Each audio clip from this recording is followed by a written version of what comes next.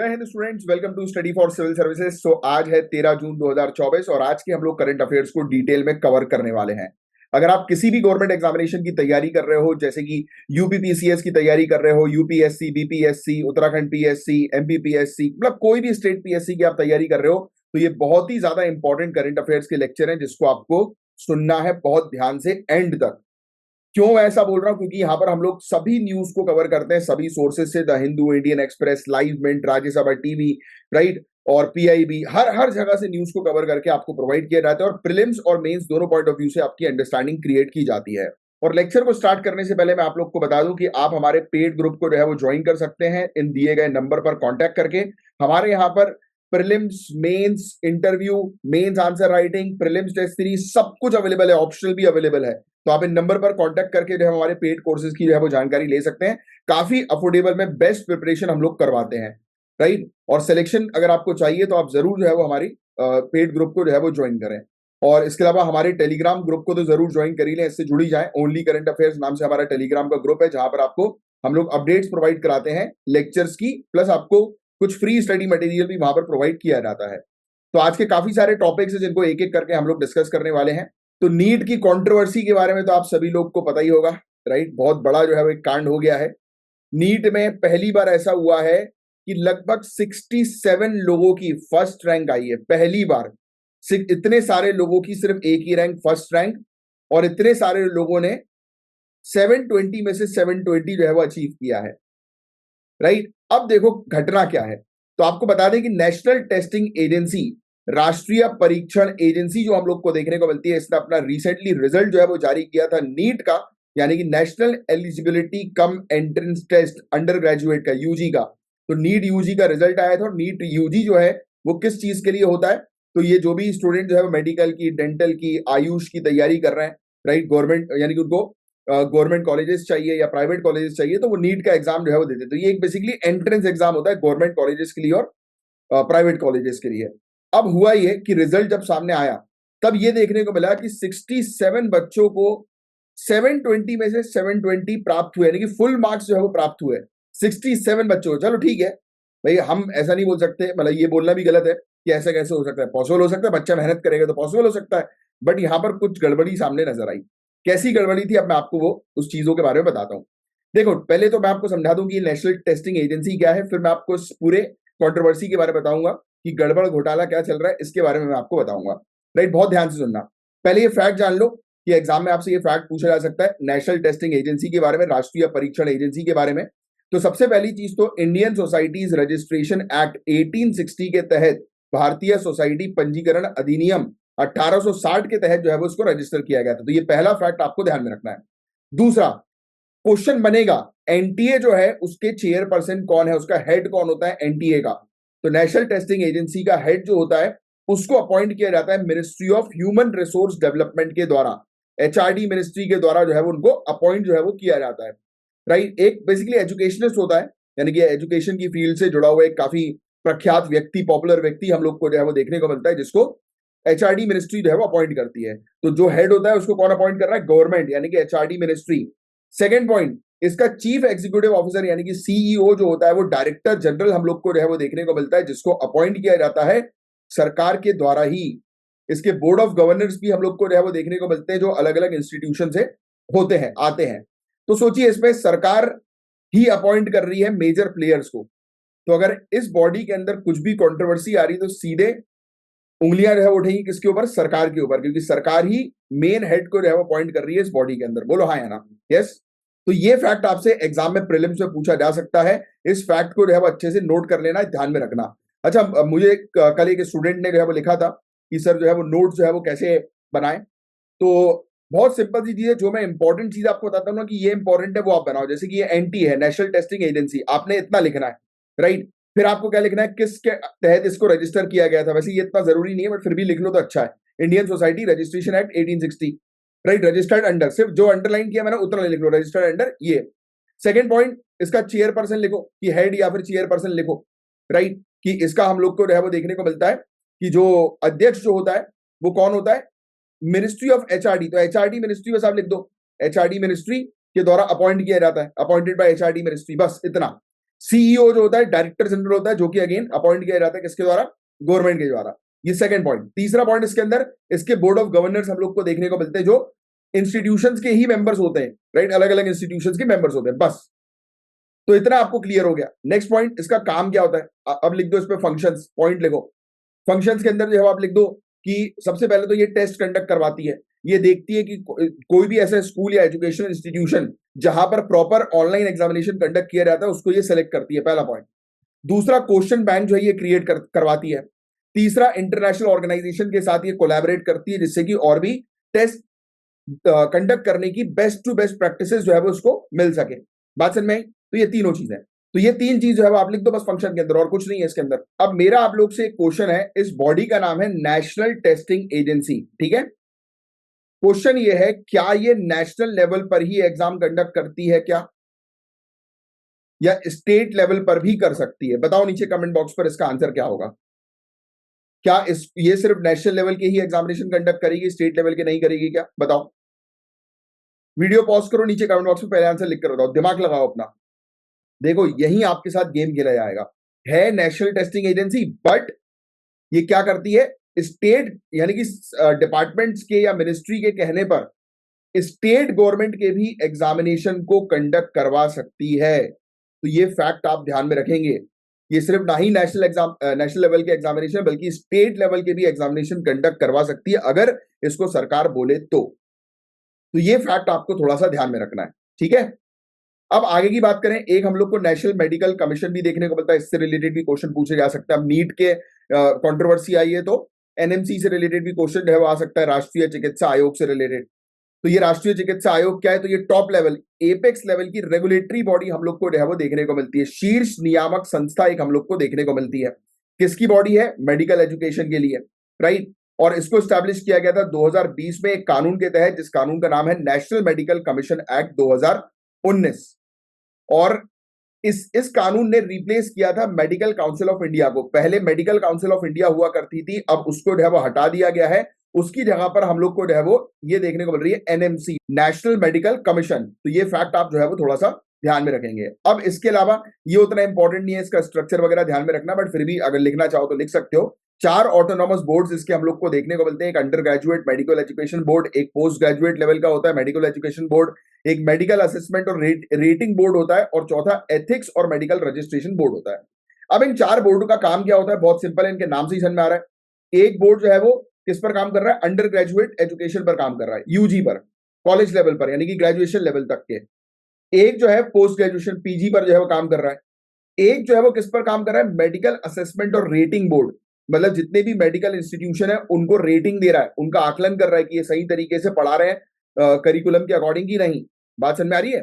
चौथा बोर्ड जो है वो मेडिकल ये registration board, ethics and medical registration board हमें देखने को मिलता है। यानी कि अब देखो, एक बार मेडिकल इंस्टीट्यूशन से निकलकर एक व्यक्ति डॉक्टर बन गया तो वो किस सही तरीके से अपनी प्रैक्टिस कर रहा है कि नहीं कर रहा है, प्रॉपर रूल्स रेगुलेशंस के अकॉर्डिंग प्रैक्टिस कर रहा है कि नहीं कर रहा है, proper ethics proper code of conduct को फॉलो करते हुए अपनी प्रैक्टिस कर रहा है कि नहीं कर रहा है, ये इंश्योर करता है ये ethics and medical registration board. ये जितने भी डॉक्टर्स होते हैं ना, उनका रजिस्ट्रेशन, उनका लाइसेंस जो है वो जारी करने के पीछे ये बोर्ड जो है वो रिस्पॉन्सिबल रहता है। तो ये फैक्ट भी आप थोड़ा सा ध्यान में रखेंगे, ठीक है? ये बहुत इंपॉर्टेंट चीजें, इसकी आपको जानकारी होनी चाहिए। नेक्स्ट, आगे की बात करें, नेशनल मेडिकल कमीशन का काम जो है वो क्या होता है? तो देखो, वही जो अब मैंने भी आपको पूरे काम बता ही दिए कि भाई एक तो पहली चीज तो ये क्या करेगा, एक जो अंडर ग्रेजुएट और पोस्ट ग्रेजुएट बोर्ड है, क्योंकि ये इसके बोर्ड्स हम लोग को देखने को मिलते हैं, पिलर्स हम लोग को देखने को मिलते हैं। ये क्या करेंगे? एजुकेशन पर देखेंगे कि प्रॉपर तैयारी हो रही है कि नहीं हो रही बच्चों की, प्रॉपर करिकुलम है कि नहीं, राइट? तो मेडिकल एजुकेशन की क्वालिटी और स्टैंडर्ड पर जो है वो काम करते हैं। इसके अलावा दूसरा एथिक्स वाला जो बोर्ड है, तो वो वही कि जितने भी मेडिकल प्रैक्टिशनर्स हैं, डॉक्टर्स हैं, उनका रजिस्ट्रेशन करवाने पर ये काम करता है। एक बोर्ड जो है वो इंस्टीट्यूशन की रेटिंग्स जो है वो देता है कि इंस्टीट्यूशन कितना अच्छा है कितना नहीं है, बस जो मैं अभी आपको ऑलरेडी बता ही चुका हूं। इवन पता है, नेशनल मेडिकल कमीशन ने हासिल किया है world federation for medical education का रिकॉग्नाइजेशन, मतलब कि इस नेशनल मेडिकल कमीशन के जो कॉलेजेस हैं, right, registered colleges, recognised colleges, इन कॉलेजेस की जो डिग्री होती है वो ऑल ओवर वर्ल्ड जो है वो रिकॉग्नाइज की जाएगी। तो ये इसने बहुत बड़ा एक अचीवमेंट जो है वो हासिल किया था। तो ये जो 2 फैक्ट्स हैं ये आपको जो है वो ध्यान में रखना है, राइट। जो जिसके बारे में मैंने आपको बताया, एक तो नेशनल मेडिकल कमीशन के बारे में एक आपको अच्छी जानकारी होनी चाहिए, और दूसरा एनटीए, नेशनल टेस्टिंग एजेंसी की आपको जो है वो जानकारी होनी चाहिए। अब नेक्स्ट, अब आते हैं अपन अपने कंट्रोवर्सी के बारे में। तो कंट्रोवर्सी ये बता रही है कि भैया देखो इस साल 67 टॉपर्स आए हैं।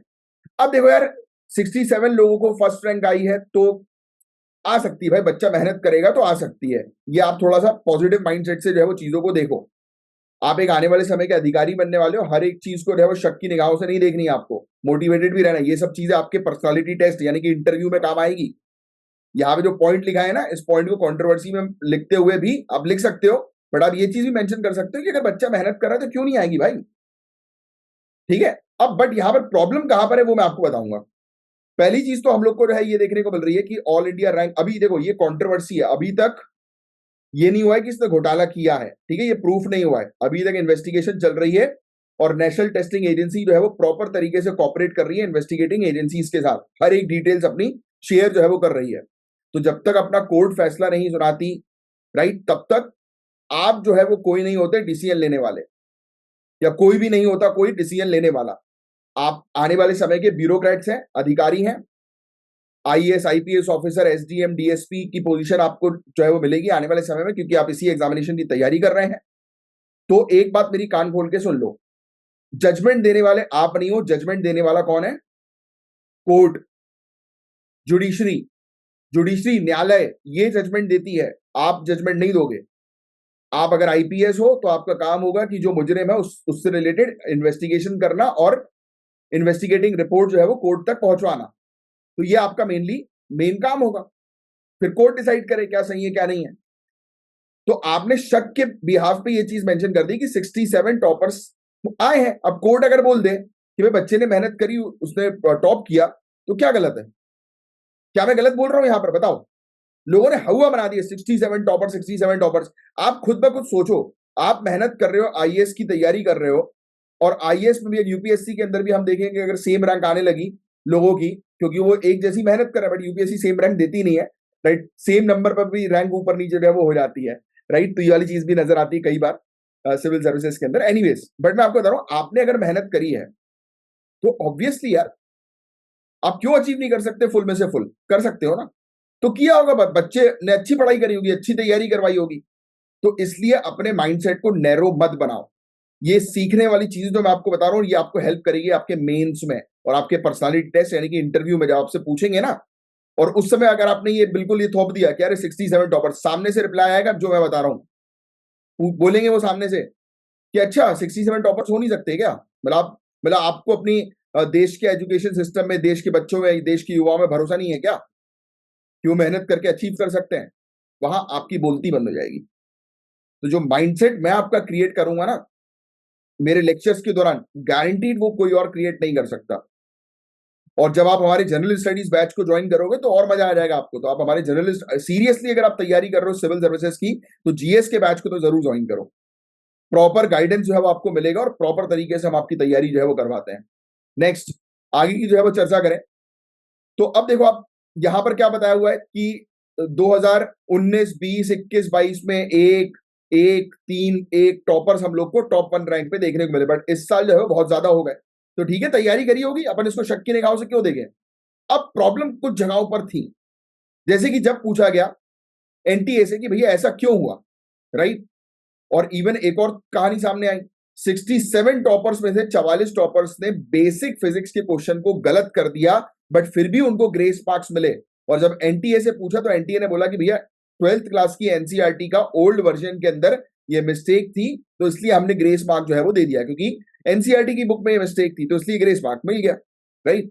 नेक्स्ट, आगे की बात करें, एक ऑड केस हम लोग को देखने को मिला। क्या ऑड केस देखने को मिला? देखो, एनटीए की 4 मार्क्स की नेगेटिव मार्किंग होती है, तो अगर एक भी क्वेश्चन किसी का गलत हुआ तो -4 होगा। मतलब 720 मार्क्स के बाद जो नेक्स्ट मार्क्स जो आना चाहिए बच्चे का, वो आना चाहिए 716। बट यहां पर नेक्स्ट हाईएस्ट स्कोर पॉसिबल 716 होना चाहिए था, बट 718 और 719 मार्क्स भी बच्चों के देखने को मिले, जो तो कोई सेंस क्रिएट ही नहीं कर रहा है। इस चीज पर एनटीए ने एक्सप्लेनेशन ये दिया कि कुछ कैंडिडेट्स, अब ये चीज है शक वाली, इन्वेस्टिगेशन के दौरान ये चीज होती है शक वाली, प्रॉपर शक वाली, कि भाई देखो एग्जाम में 4 मार्क्स की नेगेटिव है कि एक एक अगर क्वेश्चन गलत तो 4 मार्क्स पीछे हो गया। तो अगर आप एक क्वेश्चन गलत करोगे तो 4 मार्क्स पीछे, तो 720 में से 4 मार्क्स पीछे कर दो तो अगला सेकंड बेस्ट बेस्ट स्कोर होना चाहिए 716, बट सेकंड बेस्ट स्कोर हो रहा है 718 719। ये कौन सी बात हुई? जब एनटीए से पूछा तो एनटीए ने बोला कि बच्चों को जो है वो कंपेंसेटरी मार्क्स मिला था लॉस टाइम का। अब ये लॉस टाइम क्या होता है? देखो कुछ जो बच्चे जो होते हैं जो डिसेबल्ड होते हैं, राइट, दिव्यांगजन जो होते हैं, जिनको कुछ बेनिफिट जो है वो मिल जाता है, राइट, कंपेंसेटरी टाइम का जो है वो ग्रेस जो है वो मिल जाता है, राइट, या किसी इशू के कारण, यानी कि कंप्यूटर के, क्योंकि देखो ऑनलाइन एग्जाम जो है वो कंडक्ट होता है, किसी इशू के कारण भी बच्चों को जो है वो ग्रेस जो है वो मिल जाता है। तो ऐसी चीजों में एनटीए ने बोला कि हमने जो है बच्चों को ग्रेस दिया था, राइट, तो ये चीज थी। तो अब देखो ये अभी भी एनटीए इस चीज को प्रूव करेगा तरीके से। अब किसके सामने? न्यायालय, कोर्ट के सामने, या इन्वेस्टिगेटिंग बोर्ड के सामने।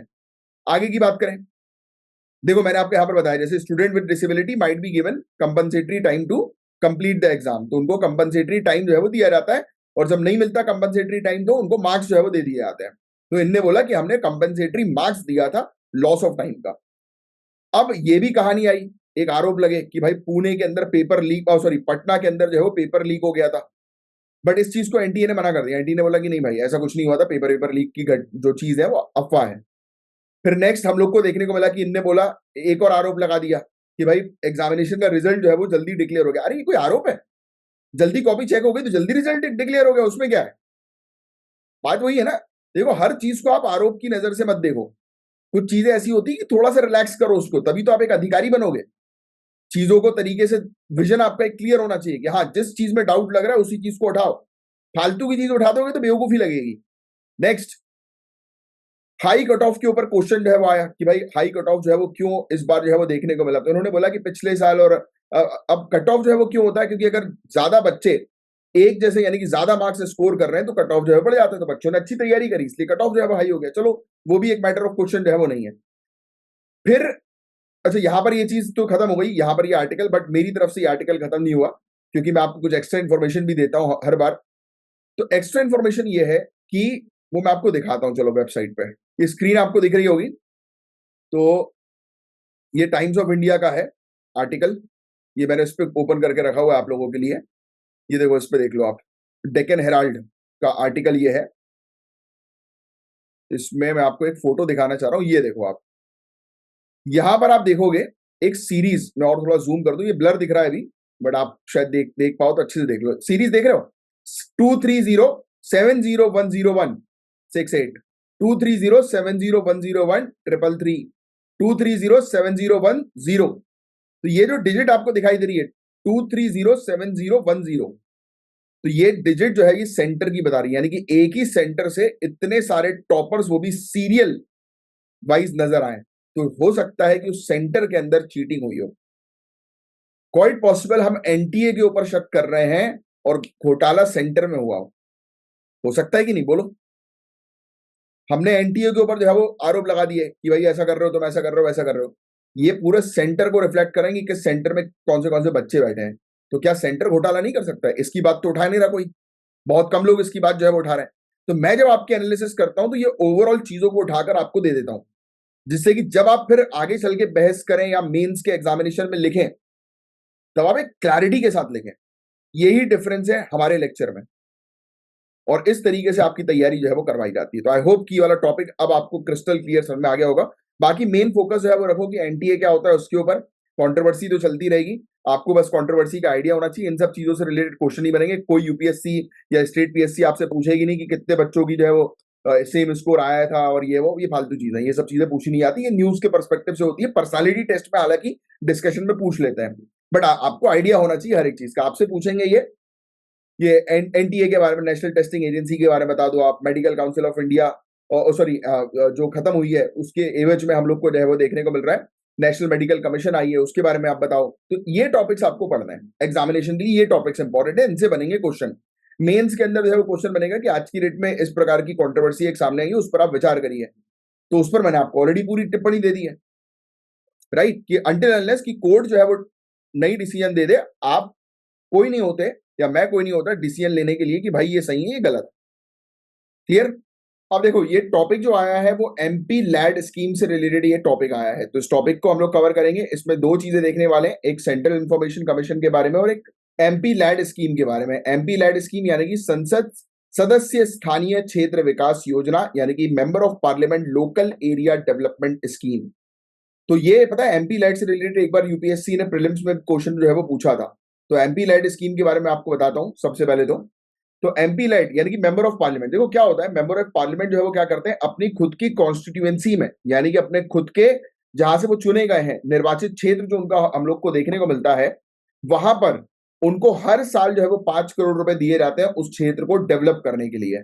राइट, हर साल 5 करोड़, यानी कि 5 साल के लिए 25 करोड़ रुपए जो है उनको अलॉट किए जाते हैं। और ये पैसा जो होता है वो नॉन लैप्सेबल होता है। मतलब कि अगर जैसे फॉर एग्जांपल एक साल में उन्होंने 4 करोड़ खर्च किए, 1 करोड़ बच गया, तो अगले साल वो 6 करोड़ तक जो है वो खर्च कर सकते हैं, यानी कि नेक्स्ट ईयर में जो है वो ट्रांसफर हो जाएगा। तो वो नॉन लैप्सेबल अमाउंट हम लोग को जो है वो देखने को मिलता है। राइट, तो ये बात समझ में आई। इसमें ये बहुत सारी चीजें डेवलप करते हैं, जैसे कि पानी की व्यवस्था करने के लिए वो बहुत सारी चीजें कंडक्ट करवाते हैं। इसमें ये क्या करते हैं, ये एक नोडल डिस्ट्रिक्ट अथॉरिटी को जो है वो बोलते हैं कि आपको ये एक चीज करनी है, और nodal district authority member of parliament के रिकमेंडेशन के आधार पर जो है वो डेवलपमेंट का काम करती है। ये बात समझ में आई कि एमपी लेड स्कीम का काम क्या है। तो मेंबर ऑफ पार्लियामेंट को अपनी कॉन्स्टिट्यूएंसी के अंदर, अपने खुद के निर्वाचित क्षेत्र के अंदर जहां से वो चुना गया है, वहां पर डेवलपमेंट करने के लिए, विकास करने के लिए उसको 5 करोड़ रुपए जो है वो सालाना दिया जाता है। और ये नॉन लैप्सेबल होता है, मतलब कि अगले साल जो उसको 5 करोड़ मिलेगा, और पहले साल में उसने अगर 4 करोड़ खर्च किया, बच गया 1 करोड़, तो अगले साल वो 6 करोड़ जो है वो खर्च कर सकता है या कर सकती है। राइट, तो ये चीज हम लोग को जो है वो देखने को मिलती है। ठीक है, तो ये बात समझ में आई आपके। और 2 पार्ट्स में जो है ये इंस्टॉलमेंट में रही है पैसा, इनको फंड जो है वो प्रोवाइड किया जाता है। अब एमपी लाइट स्कीम से रिलेटेड कुछ चिंता वाली बात हम लोग को देखने को ये मिलती है कि ये हमारे संघवाद का उल्लंघन करता है, ये फेडरलिज्म को जो है वो ब्रीच करता है। क्यों, कैसे फेडरलिज्म को जो है वो ब्रीच कर रहा है? क्योंकि देखो आपको पता है कि लोकल एरिया के डेवलपमेंट के लिए म्युनिसिपैलिटीज है, राइट, जो लोकल एरिया को जो है वो डेवलप करती है। तो अगर आप एमपी को इतना फंड दोगे, तो वो क्या करेगा, वो अपनी पावर का जो है वो ओवर पावर करेगा म्युनिसिपैलिटी को। राइट, अपने डिसीजन जो है म्युनिसिपैलिटी के ऊपर जो है वो थोपेगा, म्युनिसिपैलिटी इंडिविजुअली डिसीजन जो है वो नहीं ले पाएगी डेवलपमेंट के लिए, क्योंकि एमपी ने रिकमेंडेशन दिया और उसके रिकमेंडेशन को जो है प्रायोरिटी पे रखा जाएगा इस स्कीम के तहत। तो ये पर्टिकुलर पॉइंट है। अब मेरा क्वेश्चन ये है कि पार्ट 9 और पार्ट 9A, जैसे कि मैंने अभी एक शॉर्ट की सीरीज भी आप लोग के लिए चला रहा हूं, जिसमें मैंने एक अभी यूपीपीसीएस का 2023 में एग्जाम हुआ था जो प्रीलिम्स का, उसमें क्वेश्चन जो है वो पूछा गया था कि ये फलाना पार्ट जो है वो किससे रिलेटेड है। राइट, तो आपको बिल्कुल पार्ट्स अच्छे से पता होना चाहिए। और आज के लिए आपका टास्क ये है कि पॉलिटी के अंदर जितने भी टोटल पार्ट्स हैं उनको आप नोट्स बनाओ, लिखो, और वो एक पार्ट जो है वो किससे रिलेटेड है वो सामने लिखो और उसको याद करो। राइट, अब क्वेश्चन ये है कि पार्ट 9 और पार्ट 9A किससे रिलेटेड है, नीचे कमेंट बॉक्स पर आपको लिखकर बताना है। अब सुनो, पहली चीज तो ये हमारे संघवाद का उल्लंघन कर रहा है। दूसरी चीज इसके अंदर लैप्सेस हम लोग को जो है वो देखने को जो है वो मिल रहा है, मतलब वो अपने खुद की डिस्क्रिशन पर, खुद की इच्छा पर जो है वो अपने फंड्स का इस्तेमाल जो है वो कर सकते हैं। राइट, तो ये चीज हम लोग को जो है वो देखने को मिल रही है। नेक्स्ट आगे की जो है वो चर्चा करें, इससे रिलेटेड कोई कानून भी नहीं है, कोई स्टैट्यूटरी बैकिंग नहीं है, कोई वैधानिक समर्थन इसका जो है वो नहीं हम लोग को देखने को मिलता है इस स्कीम का। राइट, तो ये चीज। दूसरा जो मेन टॉपिक है जो एग्जामिनेशन के लिए आपके लिए इंपॉर्टेंट है वो है सेंट्रल इंफॉर्मेशन कमीशन। इस कमीशन का काम क्या होता है, जैसे कि राइट टू इंफॉर्मेशन एक्ट, सूचना का अधिकार अधिनियम जो हम लोग को देखने को मिलता है 2005 का, उसके तहत इसको स्टैब्लिश किया गया। पहला पॉइंट, इसका काम ये होता है कि जो भी आरटीआई एक्ट से रिलेटेड, यानी कि अब देखो लोग आरटीआई लगाते हैं और वो सूचना मांगते हैं, इंफॉर्मेशन मांगते हैं, तो सेंट्रल इंफॉर्मेशन कमीशन ये इंश्योर करती है कि जो भी आरटीआई के तहत इंफॉर्मेशन दी जा रही है वो बिल्कुल एक्यूरेट दी जाए। और वहां पर जब कोई घोटाला होता है, कोई प्रॉब्लम्स आती हैं, तब सेंट्रल इंफॉर्मेशन कमीशन जो है वो ऑपरेट करती है, काम करती है। बात समझ में आई? तो ये चीज हम लोग को जो है वो देखने को मिल रही है। और इसके पास पावर होती है सिविल कोर्ट की, ये एग्जामिनेशन में पूछा जाएगा कि सेंट्रल इंफॉर्मेशन कमीशन के पास पावर जो है, क्या वो क्रिमिनल कोर्ट की है या सिविल कोर्ट की है, दोनों की है। तो ये सिविल कोर्ट की इसके पास जो है वो पावर होती है। राइट, तो ये फैक्ट आप ध्यान में रखेंगे। ये किसी भी व्यक्ति के पास जो है वो समन भेज सकती है, समन भेजना मतलब उसको बुलवा सकती है उसके लिए, इन्वेस्टिगेशन के लिए अपने पास। तो ये चीज हम लोग को जो है वो देखने को मिल रही है। अब सेंट्रल इंफॉर्मेशन कमीशन भी थोड़ा सा एक उससे रिलेटेड भी चिंताएं हैं। अब इसके जो अधिकारी चूज किए जाते हैं वो चूज किए जाते हैं गवर्नमेंट के द्वारा।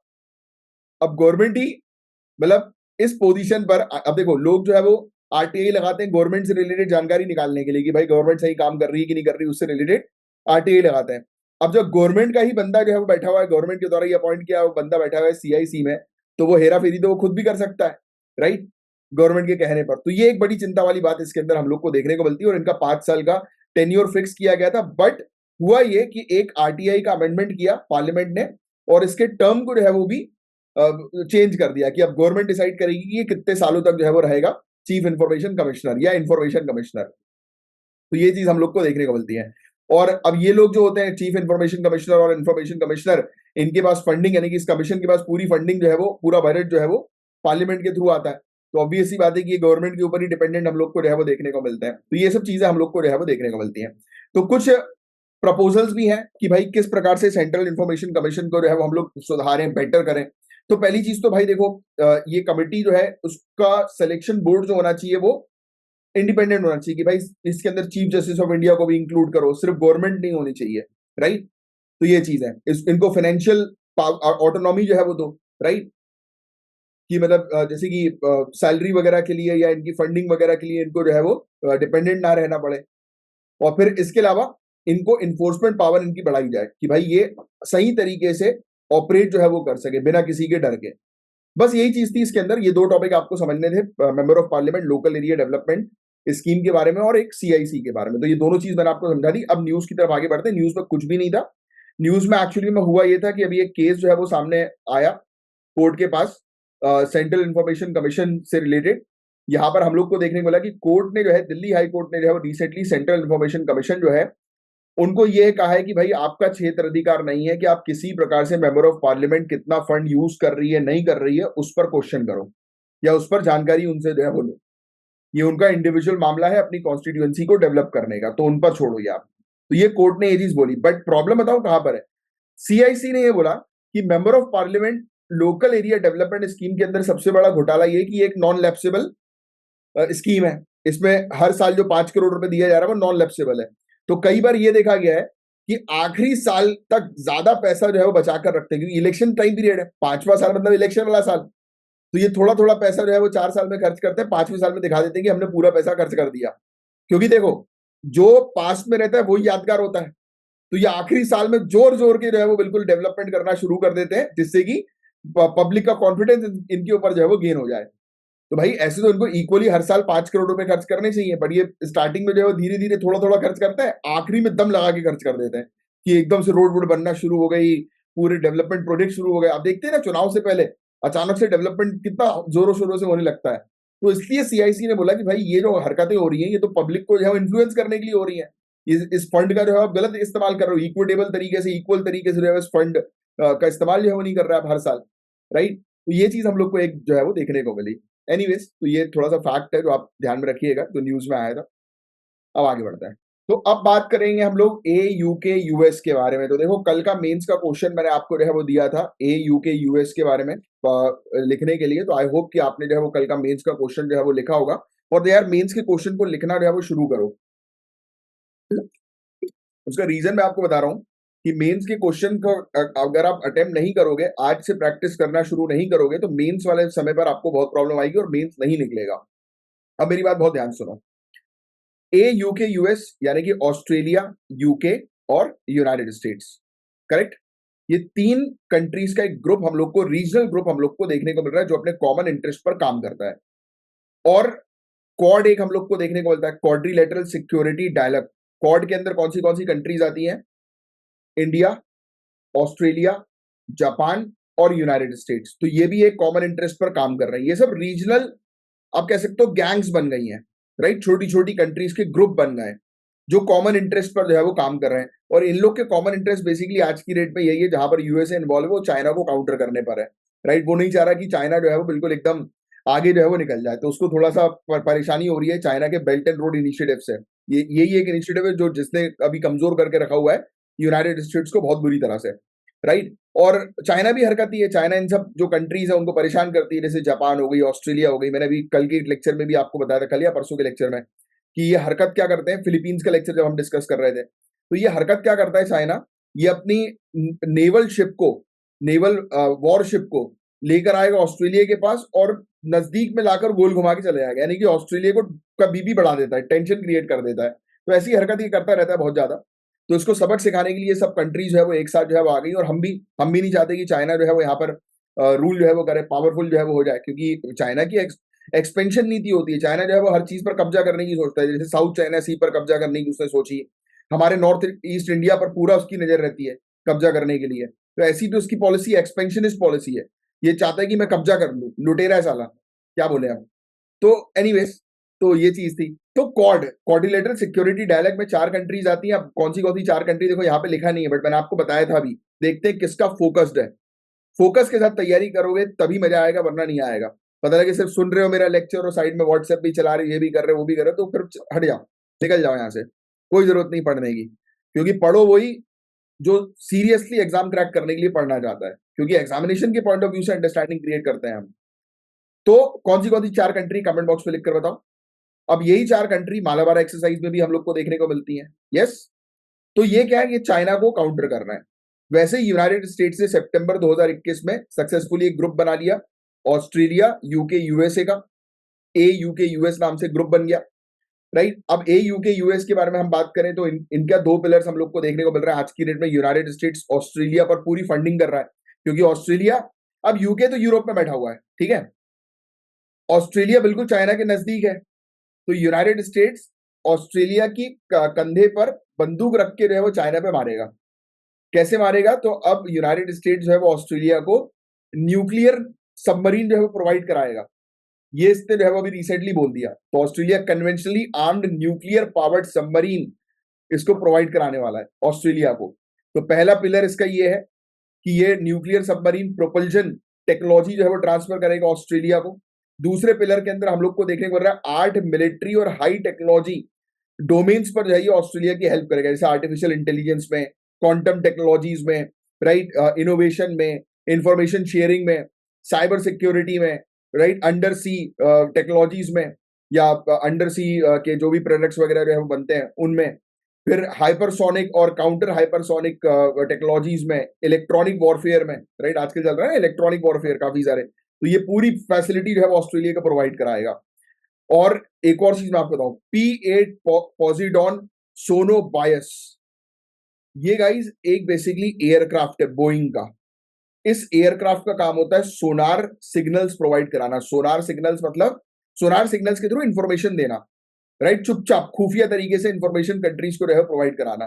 तो यूएसए और ऑस्ट्रेलिया को खुफिया इंफॉर्मेशन इंटेलिजेंस जो है वो प्रोवाइड कराएगा यूनाइटेड स्टेट्स अपने इस P8 पॉजिडॉन सोनो बुयोस से। तो ये फैक्ट आप थोड़ा सा ध्यान में रखना। तो इस पर भी इन लोग बातचीत कर रहे हैं, इस टेक्नोलॉजी पर भी काम कर रहे हैं।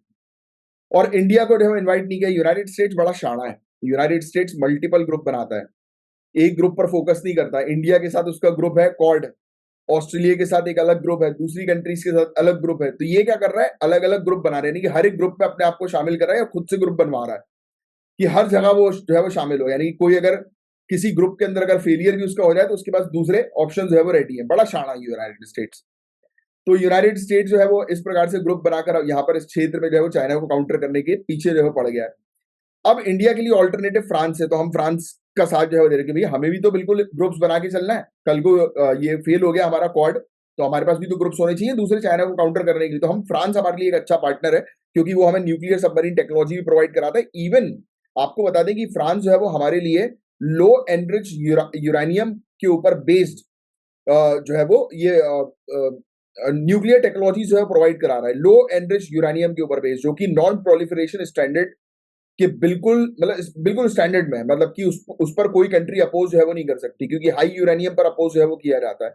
यस, तो फ्रांस एक अच्छी टेक्नोलॉजी पर काम कर रहा है, तो हम उसके साथी जो है वो बने हुए हैं, उस पर गले में हाथ डालकर जो है उस पर उसके साथ जो है वो चल रहे हैं, राइट। अब देखो इंडो पैसिफिक क्षेत्र में इंडिया की क्या अप्रोच है, तो हमारी बहुत सारी अप्रोच है। एक तो इस क्षेत्र में को हम लोग को सिक्योरिटी और डिफेंस के पॉइंट ऑफ व्यू से इस क्षेत्र में हम लोग को बने रहना है, राइट। सेकेंडली, यहाँ पर इंफ्रास्ट्रक्चर डेवलपमेंट हमें करना है, कनेक्टिविटी का काम करना है, जिस पर हम काम करते हैं। थर्ड, यहाँ पर हम ट्रेड पर फोकस करते हैं, इकोनॉमी को बढ़ाने पर फोकस करते हैं, जैसे act east policy, east Asia summit और वेरियस समिट के थ्रू हम लोग यहाँ पर व्यापार को बढ़ाने का जो है वो काम करते हैं।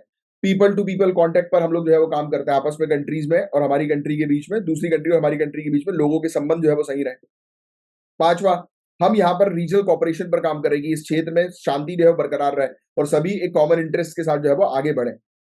अब अगर हम बात करें कि इंडिया की अप्रोच जो है वो किस प्रकार से है AU के US और क्वाड के साथ, देखो यार, अब मैं आपको बताऊं, ये जैसे फॉर एग्जांपल, ये पॉजिटिव अप्रोच ये कहती है कि ये सभी ग्रुप जो है वो फोकस कर रहे हैं किस चीज के ऊपर, कि इंडो पैसिफिक वाले क्षेत्र में फ्री ट्रेड होना चाहिए और किसी प्रकार का रिस्ट्रिक्शन नहीं होना चाहिए। चाइना जैसे रिस्ट्रिक्शन लगा रहा है, तो ये कॉमन इंटरेस्ट है हमारा।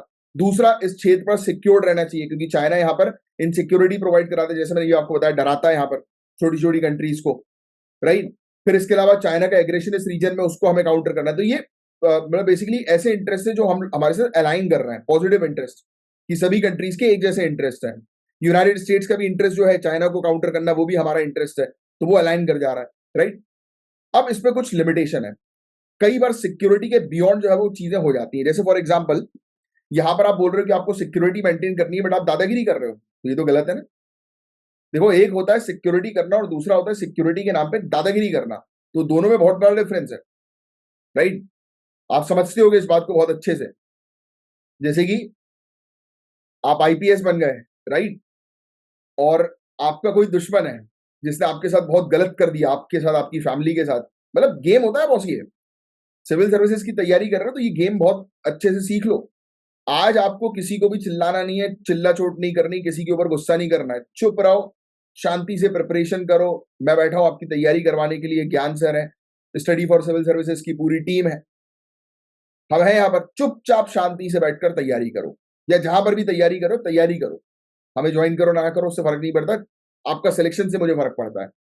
चुपचाप बैठकर तैयारी करो। जिस दिन IAS IPS बने उस दिन पहुंच गए उनके घर के बाहर, कि फॉर द सिक्योरिटी पर्पस यहां पर हम लोग ने जो है वो ऑफिशियल जो है वो लगा के रखे हुए हैं, और सिक्योरिटी पर्पस के नाम पर आप क्या कर रहे हो, निगरानी रख रहे हो, इसका मूवमेंट चेक कर रहे हो, कहाँ आता है कहाँ जाता है, उसका मूवमेंट पता लग गया, एक बार उसको पकड़वा के थाने में जो है बंद करवा दिया किसी भी XYZ केस में। जैसे कि उसकी गाड़ी में कुछ सब्सटेंस जो है वो रखवा दिया, राइट। अब आप बोलोगे सर कैसी कैसी बातें सिखा रहे हो, भैया ऐसा होता है और लोग करते हैं। अगर आपके साथ किसी ने बहुत बुरा किया है तो दंड भी तो देना आपको बनता है ना, तो कुछ रखवा दिया, आपको पता है कि बेकसूर है, ज्यादा कुछ होगा नहीं, कुछ रखवा दिया, थाने गए, डंडे पड़वाए उसमें, और आप पहुंच गए थाने, उसको पड़ रहे डंडे, और आप एकदम पहुंचे थाने, आपने देखा उसको, और देखा और बोला ऑफिसर को चिल्लाया, क्यों, किसने इसको बंद किया है, छोड़ो इसको जल्दी तुरंत। ऑफिसर उसको छोड़ेगा, मतलब ड्रामा पूरा, मतलब पूरा गेम आपने रचा है। फिर जैसे ही छोड़ा वो आपके पास आ जाएगा कि भैया थैंक यू यार, बचा लिया तुमने मुझे इस बड़ी समस्या से। फिर आप उसके कंधे पे हाथ रखोगे, कोई प्रॉब्लम आ रही है मेरे पास आना, वो आपके पैर पड़ रहा है, अरे गुरु। तो आपने अपने दुश्मन को खुद ही गेम खेला, खुद ही पिटवाया, और खुद ही अपने पैर पड़वाए, और वो जिंदगी भर के लिए उसको अपना कर्जदार बनवा दिया। This is called the game of bureaucracy. ये ब्यूरोक्रेट्स का गेम होता है, ये गेम आपको सीखना है, यही तो डिप्लोमेसी है, यही तो ब्यूरोक्रेसी की भाषा है, परिभाषा है। ऐसे काम करना है, और ये काम तभी पॉसिबल हो पाएगा जब पावर होगी, और मैं गारंटी देता हूं पावर आपके पास होगी बहुत जल्दी, सिर्फ मेहनत करो। तो मैं आपको क्या क्या जो है बता रहा था कि गोइंग ओवर सिक्योरिटी, आप डिफेंस का बोलकर सामने वाले के ऊपर दादागिरी कर रहे हो, राइट। आप सोच रहे हो कि यहाँ पर मिलिट्री आर्म्स जो है वो अपना स्टैब्लिश कर दें, बट सामने वाले को तो ये लग रहा है दादागिरी है। भाई आप किसी के घर के बाहर पूरी फोर्सेस जो है वो तैनात कर दो दिन रात, वो बेचारा अपने घर से बाहर भी निकल रहा है, उसकी पार्किंग में आपने पुलिस की गाड़ियां लगा दी, अब उसकी थोड़ी ना हिम्मत होगी कि पार्किंग से पुलिस की गाड़ी हटवा दे। बोलो, अब ये दादागिरी है कि नहीं है। और आप बोलो कि नहीं नहीं, यहाँ पर मूवमेंट चल रहा है भैया, अभी चोर चक्के यहाँ पर ज्यादा है, इसलिए हम लोग को यहाँ पर खड़ा रहना पड़ेगा। यहाँ पर अभी हम लोग को इंटेलिजेंस रिपोर्ट जो है मिली है कि यहाँ पर एक बड़ा गैंगस्टर का मूवमेंट है। अब बेचारा वो भी ना कुछ बोल पाए, और आपकी दादागिरी भी हो गई। तो ये गेम है भैया। तो और इसके अलावा रीजनल फोकस है इनका, ग्लोबल फोकस नहीं है एक क्षेत्र पर। चाइना के पीछे पड़ गया, अब जरूरी भी है वैसे तो चाइना के पीछे पड़ना, चाइना थोड़ा कमीना टाइप का है, क्या बोले आप। फिर इसके अलावा हम लोग को देखने को मिलता है कि चाइना लेड ग्रुपिंग। इंडिया क्या कर रहा है, हम लोग क्या कर रहे हैं, चाइना जिस जिस ग्रुप में है हम उस ग्रुप पे जाकर खड़े हो जाते हैं, और पता उसके दोस्तों के साथ दोस्ती कर लेते हैं। फिर चाइना गुस्सा होता है अपने दोस्तों से। अब जैसे 3 लोग हैं, अब तीन है, आप हो, आपका दुश्मन है और एक और कोई व्यक्ति है। उस तीन के ग्रुप में एक थर्ड पार्टी को अगर आपने अपना ज्यादा करीबी बना लिया तो ऑटोमेटिकली उन दोनों के बीच में लड़ाई हो जाएगी कि तू उसके साथ क्यों रह रहा है, तो मेरे साथ क्यों नहीं रह रहा, उससे ज्यादा बात करनी है तुझे। तो आपने क्या किया, ग्रुप में घुसकर फूट डाल दी। So this is the policy we are doing. ये चीज आपको समझिए। आप पढ़ाई को पढ़ाई की तरह लेते हो इसलिए पढ़ नहीं पाते हो, पता है। आपको पढ़ाई को इंटरेस्टिंग तौर पर लेना है, कॉमन तरीके से देखना है। अब आप मुझे बताओ, अब चीजें आपके क्लियर हो रही है कि हमारा अप्रोच क्या है। अभी पढ़ लो सिर्फ ऐसा नॉर्मल टॉपिक को उठाकर पढ़कर देखो, मैं गारंटी देता हूं जो अंडरस्टैंडिंग मैंने क्रिएट करी है वो नहीं होगी, आएगी नहीं, दिमाग में नहीं आएगी ये सब चीजें। Next, ASEAN centrality. अब देखो इस क्षेत्र, यूएसए हालांकि मानता नहीं, यूएसए थोड़ा सा अपने आप को प्राइड समझता है ना कि मैं बड़ा हूं, अधिकारी हूं मैं भाई, मैं डीएम हूं, ऐसे समझता है वो। और सबको जो है वो दूसरों को समझता है कि यार ये तो कांस्टेबल है। आशियान यहाँ पे बहुत पावरफुल ग्रुप है, association of south east Asian nation. USA बोलता है आशियान वाशियन कुछ नहीं, बट आशियान इंपॉर्टेंट है, राइट। अब मेरा एक क्वेश्चन है, इंडिया क्या आशियान का मेंबर है, से यस और नो। और हालांकि इंडिया प्लस आशियान चलता है, ये भी कभी आशियान का टॉपिक आएगा तो समझाऊंगा। तो ये था यार पूरा ओवरऑल टॉपिक। उम्मीद करता हूँ पूरा टॉपिक आपको अच्छे से जो है वो समझ में आया होगा कि किस प्रकार से अप्रोच हम लोग को ए यूके यूएस की देखने को मिल रही है इस क्षेत्र में, और हमारी क्या रिलेशन इस क्षेत्र में हम लोग को ए यूके यूएस और क्वाड वगैरह के साथ जो है वो देखने को मिल रहा है। अब नेक्स्ट आगे की तरफ जो है हम लोग चलते हैं। बहुत खर्चा कर रहे हैं आजकल लोग, उससे रिलेटेड एक रिपोर्ट आई है, हाउस होल्ड कंजम्पशन एक्सपेंडिचर सर्वे 2022-2023, जिसको कंडक्ट किसने किया है, नेशनल स्टैटिस्टिकल ऑफिस ने। राष्ट्रीय सांख्यिकी कार्यालय यानी कि एनएसओ, इसके द्वारा आयोजित की गई है घरेलू उपभोग व्यय सर्वेक्षण 2022-2023। ये एग्जामिनेशन में आपसे पूछा जा सकता है, इसका नोट बना लेना कि ये रिपोर्ट जो है वो या ये सर्वे जो है वो किसके द्वारा कंडक्ट किया गया। तो एनएसओ आपको जो है वो ध्यान में रखना है। ये हमें बताता है कि कितना लोग जो है वो पूरे मतलब गांव क्षेत्रों में और शहरी क्षेत्रों में खर्च कर रहे हैं। खर्चा तो वाकई में यार आजकल बहुत ज्यादा बढ़ गया है, अनाप शनाप बढ़ गया है। तो यहां पर ये बताया गया है कि कंजम्पशन जो है गुड्स एंड सर्विसेज का, उसकी जानकारी देता है। इसकी जानकारी से यानी कि इस सर्वे की जानकारी से हमारे जीडीपी को बनाने में हमें हेल्प मिलती है। हमारी कंट्री के अंदर कितनी गरीबी चल रही है उसके बारे में हमको आइडिया लगता है। कंज्यूमर प्राइस इंडेक्स के बारे में हम लोग को जो है वो जानकारी जो है वो मिलती है, राइट। उपभोक्ता मूल्य सूचकांक के बारे में जानकारी मिलती है। तो ये सब चीजें, ये फैक्ट है बस थोड़े से कि भाई इस सर्वे से क्या फायदा होता है। अब बात काम की, अपन समझते हैं कि सर्वे में क्या आया। बेवरेजेस, रिफ्रेशमेंट, प्रोसेस फूड, इस पर बड़ी भारी मात्रा में लोग खर्चा कर रहे हैं, स्पेशली तमिलनाडु के अंदर सबसे ज्यादा खर्चा इन चीजों पे हो रहा है। आजकल हो रहा है, घर से बाहर निकले, अरे कोल्ड ड्रिंक पीने का मन है यार, कोल्ड ड्रिंक पी लेते हैं, अरे चिप्स खा लेते हैं। खाने पीने में तो लोग अनाप शनाप खर्च कर रहे हैं। कहीं पे भी चले जाओ, देख लो किसी भी हॉकर्स कॉर्नर पे चले जाओ जहां पर स्ट्रीट फूड रहता है, लाइन से गाड़ियां खड़ी रहती है। लोगों को बाहर के खाने की आदत पड़ गई है। अब मैं बोल ऐसे रहा हूँ जैसे बड़ा कितना ज्ञान दे रहा हूँ ना, एकदम लोगों को बाहर के खाने की आदत पड़ गई है। सबसे ज्यादा आदत मुझे ही है। अब क्या बोलूं मैं भाई।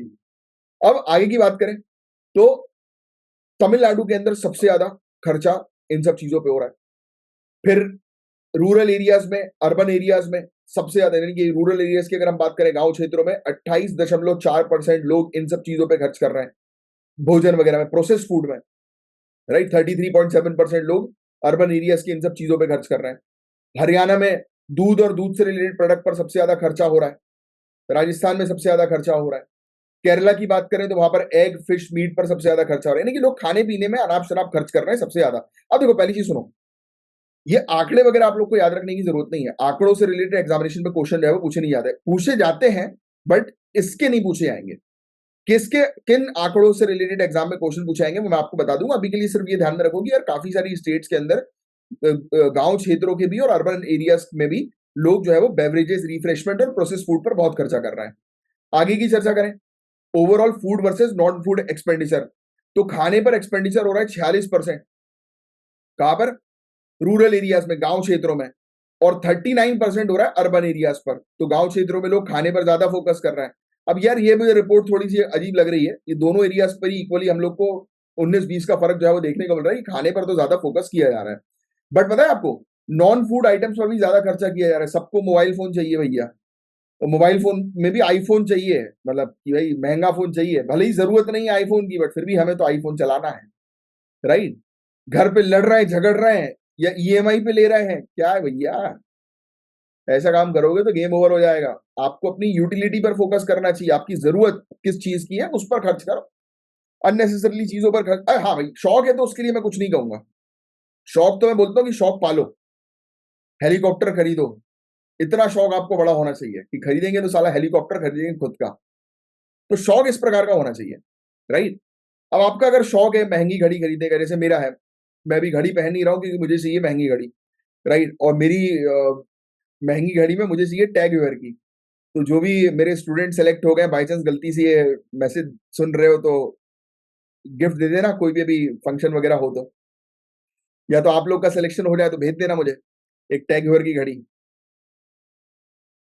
वही चाहिए यार, मतलब उसकी स्टार्टिंग जो होती है वो मतलब वाली टैग वेयर नहीं, 4.5 लाख वाली, वो 26 लाख से जिसकी स्टार्टिंग होती है, 26 लाख वाला स्लैब।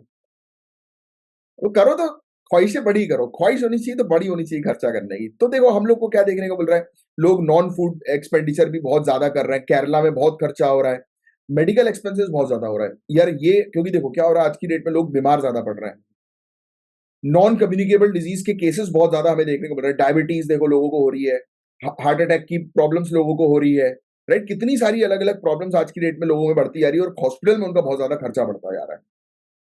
तो ये हॉस्पिटल के एक्सपेंसेस सबसे ज्यादा केरला, वेस्ट बंगाल, आंध्र प्रदेश में हमें देखने को मिल रहा है।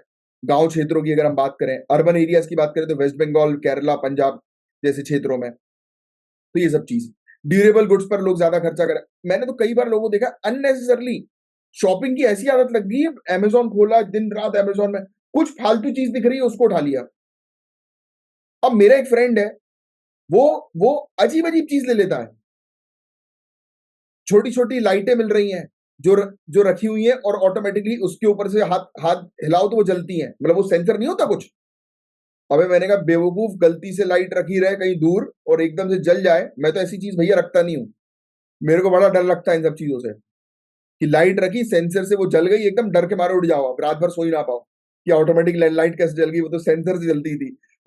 मेरे रूम में तो कोई है नहीं, बट उतनी दूर उसके ऊपर किसने हाथ फेर दिया। ऐसी चीज मत रखो भाई। मुझे तो उन सब लाइट्स पे भी बड़ा डर लगता है। आजकल नहीं होता कि मोशन सेंसर, आप चलते हुए जा रहे हो, घरों में लाइट लगी रहती है, आप चलते हुए गए लाइट चालू हो गई, आप एक कोने पे खड़े हो वॉशरूम के लिए, आपने वॉशरूम का दरवाजा खोला, वहां से एक एक करके लाइट जो है वो जलती है, कुछ कोई भी डिफॉल्ट हो सकता है किसी प्रकार का। आप वॉशरूम का दरवाजा खोल रहे हो, एक एक करके लाइट जलती हुई आ गई, तो वहीं पे निकल जाएगी। ऐसी चीजें, बड़ी टेक्नोलॉजी बड़ी डरावनी होती है भैया। अब कुछ भी हो सकता है, वहां से क्या पता, शायद कोई मच्छर वच्छर जो है वो आ रहा हो इस तरफ।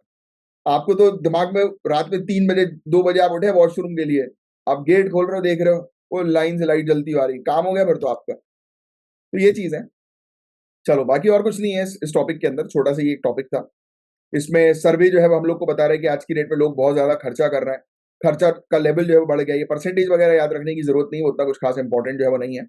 हाँ, रूरल एरियाज के खर्चों में और अर्बन एरियाज के खर्चों में जो डिफरेंस था, जो गैप था, वो कम हो गया, ये याद रखना। पहले गांव क्षेत्रों में लोग बचा बचा कर चलते थे। हम बोलते थे गांव क्षेत्र वाले लोगों की, यार बचा बचत बहुत करते हैं गांव वाले। अब वो दिल लगाकर खर्चा कर रहे हैं। अब गांव में जाओ जरा, घर घर में, मेरे अभी कजिन की शादी हुई थी गांव में, मैं गया, एक से बढ़कर एक चीजें रखी हुई है भाई साहब। एलईडी टीवी, वो भी बिल्कुल एकदम बड़ी वाली।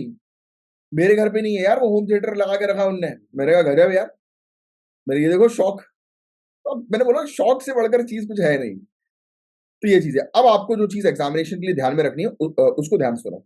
नेशनल स्टैटिस्टिकल ऑफिस, राष्ट्रीय सांख्यिकी कार्यालय, ये कब बना था? ये 2019 में बना था। ये आप मेंशन करोगे किन दो बॉडीज को मिलाकर इसको बनाया गया? सेंट्रल स्टैटिस्टिकल ऑफिस और नेशनल सैंपल सर्वे ऑफिस को मिलाकर नेशनल स्टैटिस्टिकल ऑफिस को बनाया गया 2019 में।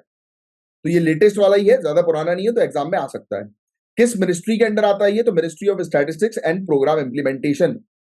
और ये पूरा इस प्रकार के सर्वे कंडक्ट करती है, डेटा कलेक्ट करती है और गवर्नमेंट को जो है प्रोवाइड कराती है, जिससे कि गवर्नमेंट को जीडीपी बनाने में हेल्प होती है, पॉवर्टी रेट समझने में हेल्प होती है, कंज्यूमर जो ये हम लोग को देखने को मिलता है प्राइस इंडेक्स, उसको बनाने में जो है वो हेल्प मिलती है। तो ये सब चीजें, तो ये कुछ चीजें हैं जिसको आपको थोड़ा सा ध्यान में रखना है। क्लियर?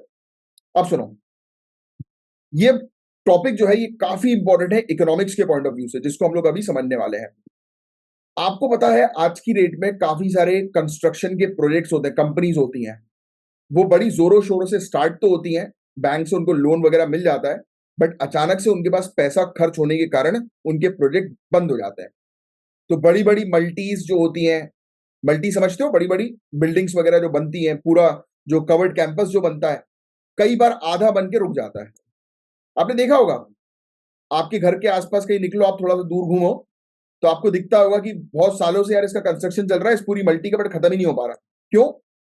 पैसा नहीं है, क्योंकि कॉस्ट जो है महंगी हो गई है।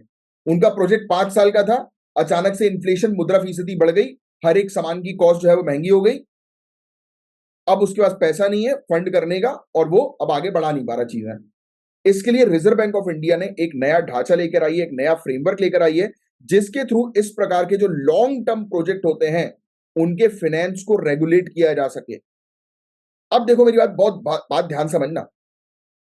एक ये आरबीआई क्यों कर रही है, पहले ये समझना। अब इसमें पता क्या होगा, जैसे मैंने आपको बताया ना, ये मैंने स्टेटमेंट पढ़ा, स्टेटमेंट पढ़कर दिमाग में ये आएगा कि आरबीआई क्या लोन देने की बात कर रही है, या फिर रुके हुए प्रोजेक्ट को और फंड प्रोवाइड करा के उसको आगे बढ़ाने की बात करी। नहीं, ये वो बात नहीं है।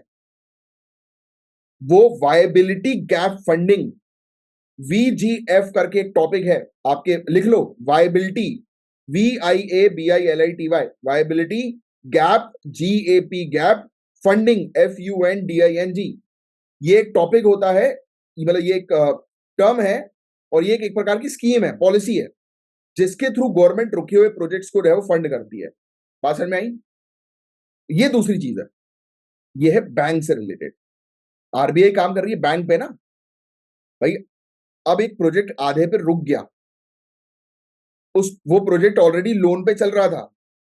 अब अगर वो प्रोजेक्ट रुक गया है, तो उस प्रोजेक्ट का मालिक क्या बैंक को लोन वापस कर पाएगा? बोलो हाँ या ना, सिंपल। कर पाएगा कि नहीं कर पाएगा? ये टॉपिक अलग है। अब अगर नॉर्मली इस टॉपिक को पढ़ोगे, मैं आपको गारंटी दे रहा हूं कुछ समझ में नहीं आएगा आपको। अब सुनो बहुत ध्यान से। आरबीआई ने क्या एक फ्रेमवर्क निकाला कि ऐसे जो लॉन्ग टर्म प्रोजेक्ट है उन पर निगरानी रखनी है, बैंकों को, करेक्ट, निगरानी रखनी है, और बैंक लॉस में ना जाए, इसलिए ये फ्रेमवर्क है, बैंक को लॉस से बचाने के लिए। बट इस फ्रेमवर्क के कारण बैंकों को बड़ा नुकसान होने वाला है। अब कैसे, वो भी मैं भी आपको समझाऊंगा। देखो, एक प्रोजेक्ट है, आप ये चीज सीख गए, लॉन्ग टर्म प्रोजेक्ट है। अगर वो प्रोजेक्ट कंप्लीट नहीं हो पाया टाइम पर, पूरा नहीं हो पाया, तो बैंक के पास टाइम पर ईएमआई नहीं आएगी, और और ये वाला अकाउंट जो होगा वो एनपीओ हो जाएगा, नॉन परफॉर्मिंग एसेट हो जाएगा। मतलब बैंक को जो है वो पैसा वापस नहीं मिलेगा, लोन वाला, करेक्ट। तो बैंक को लोन वाला पैसा भले ही वापस ना मिले, बट फिर भी बैंक हेल्दी रहे, बैंक चलता रहे, इसके लिए बैंक के ऊपर एक रिस्ट्रिक्शन जो है वो लगाया है। ये बेसिकली बैंक को कड़ा किया है। इसके कारण दिक्कत ये आएगी कि इंटरेस्ट रेट अब हाई हो जाएंगे इस प्रकार के प्रोजेक्ट्स के लिए। ये जो चीज है ना, जो आरबीआई ने करी है बैंक को बचाने के लिए, इसका एक नेगेटिव इंपैक्ट ये है कि इंटरेस्ट रेट प्रोजेक्ट्स के हाई होंगे, और दूसरा, बैंक का प्रॉफिट जो है वो कम हो जाएगा। कैसे? अब पूरी चीज अब आप समझो। पहला पॉइंट क्या लिखा है कि रिजर्व बैंक ऑफ इंडिया एक नया फ्रेमवर्क लेकर आई है, जिसके थ्रू लॉन्ग टर्म प्रोजेक्ट्स की जो फाइनेंसिंग है, जो फंड्स प्रोवाइड कराते हैं बड़े बड़े लंबे समय के प्रोजेक्ट्स को, जो बैंक पैसा देती है, उसको रेगुलेट किया जाएगा, राइट। इंफ्रास्ट्रक्चर प्रोजेक्ट्स होते हैं, घर बिल्डिंग बनाने वाले। नॉन इंफ्रास्ट्रक्चर प्रोजेक्ट्स काफी सारे हम लोग को जो है वो देखने को मिलते हैं, कुछ भी हो सकते हैं, जैसे कि किसी ने कोई सर्विस जो है वो शुरू करी, तो उस प्रकार का, राइट। कमर्शियल रियल एस्टेट के प्रोजेक्ट्स हम लोग को जो है वो देखने को मिल सकते हैं। तो ऐसे जो प्रोजेक्ट्स होते हैं, उन पर जो है वो बैंक तरीके से अब फोकस करे। कैसे अब बैंक फोकस करेगी, क्या बोला आरबीआई ने? तो आरबीआई ने सबसे पहली चीज तो ये बोल दी कि भाई आप लोन डिफॉल्ट पर काम करो। आप पहले चेक करो कि इसका रिकॉर्ड क्या है, ये आपको टाइम पर ईएमआई दे रहा है कि नहीं दे रहा है। पहले इसका रिकॉर्ड चेक करो, इसका बैकग्राउंड चेक करो, तब जाकर उसको लोन प्रोवाइड कराओ। Next point, increase provisioning. इसका मतलब समझो, ये चीज जो है वो कोई और बताएगा नहीं आपको, ढंग से एक्सप्लेन नहीं करेगा, और समझ में भी नहीं आएगी। नॉर्मल पढ़ लो, आप अभी पढ़ के देखो, वीडियो को पॉज करो, पढ़ के देखो, समझ में आया तो मुझे बताना।